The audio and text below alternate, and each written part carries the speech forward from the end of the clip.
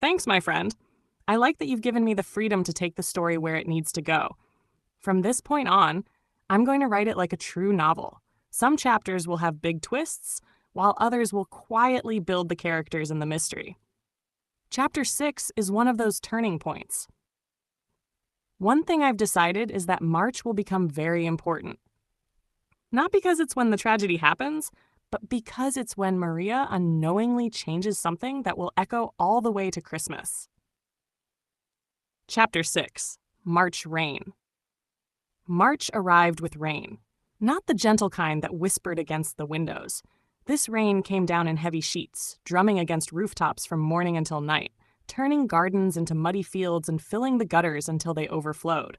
Maria stood at her bedroom window watching droplets race each other down the glass. She didn't hate the rain. She hated what it meant. Time was moving. Every sunrise brought Christmas a little closer. She reached into the wardrobe and pulled out the small calendar she'd hidden behind a stack of old books. Another day crossed off. Another day gone forever. Sometimes she wondered if she was wasting the second chance she'd been given. Then she'd hear Buddy laughing downstairs, or Crystal singing while she did her homework, or June calling everyone to dinner, and she'd remember exactly why she couldn't stop trying. "Maria," Buddy's voice echoed through the hallway. "We're going to be late." "I'm coming." She hurried downstairs, nearly colliding with Jack at the bottom of the stairs. "Careful," he laughed. "You always tell me that. Because you never listen." He smiled and lightly nudged her shoulder as they headed outside. For a brief moment, Maria forgot the weight she carried. She was just a sister walking to school with her brother. The school day dragged. Rain tapped against the classroom windows while Mr. Harris explained algebra to a room full of students who looked like they'd rather be anywhere else. Maria already knew today's lesson. She'd learned it once before. Instead of taking notes, she watched the rain. Every now and then, a strange feeling settled over her. Not fear, not sadness, expectation. As though something important was waiting just around the corner. The final bell rang. Students poured through the gates, eager to escape. Maria and Crystal walked home together. Crystal balanced along the edge of the curb with her arms stretched out. "You know," she said, "you've been really nice lately." Maria laughed. "Was I horrible before?" "A little." "I was not. You stole my chocolate last Easter." "You never proved that." Crystal grinned. "I still know it was you." For the first time in weeks, Maria laughed without forcing it.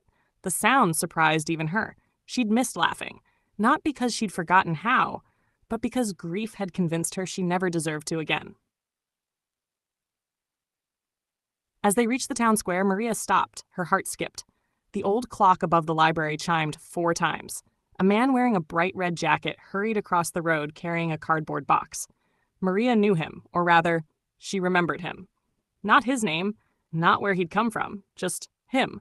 A sharp pain flashed behind her eyes. Broken glass, rain, blue lights, the red jacket disappearing into a crowd. Then, nothing. The vision vanished as quickly as it had appeared. Crystal noticed Maria had stopped walking. "What is it?" Maria stared after the stranger. She hesitated. "I think I've seen him before." Crystal frowned. "He works at the bookshop, doesn't he?" Maria looked again. The man disappeared through the door of a small secondhand bookshop on the corner. Bookshop? That wasn't what she remembered. Or was it? The harder she tried to recall, the faster the memory slipped away, like trying to hold water in her hands. "Come on," Crystal said gently. "Mum will wonder where we are." Maria nodded, but as they walked away, she glanced back one last time.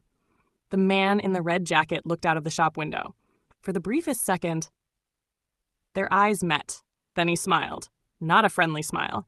Not an unkind one either. Just a smile that made Maria feel as though he recognized her, even though they'd never met. That evening, the Wilson house smelled of homemade shepherd's pie. Buddy insisted on helping set the table. He accidentally dropped 3 forks. Tommy applauded sarcastically. "New record." "It wasn't my fault."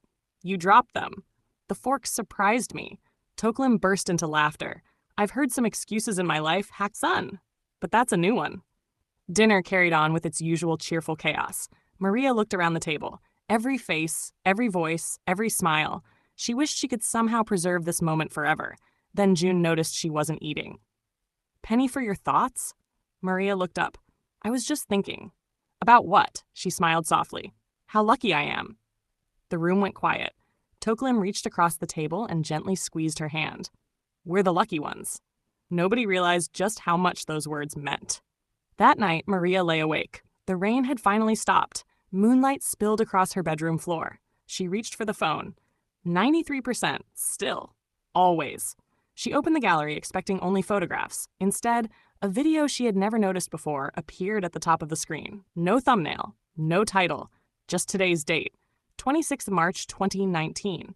Maria frowned. Her hands trembled as she pressed play. The screen remained black. For several seconds, there was only silence.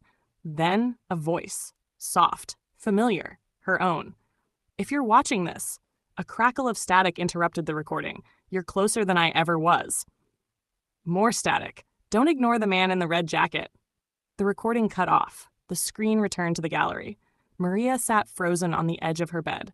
Her breathing was shallow. She had never made that recording. She was certain of it. Yet she'd just heard herself speaking. Outside, somewhere in the distance, the church clock struck midnight. Maria looked back at the blank screen of the phone. For the first time, she wasn't just afraid of the future. She was beginning to suspect that another version of herself had already walked this path and failed. I think this is where the mystery really begins to unfold.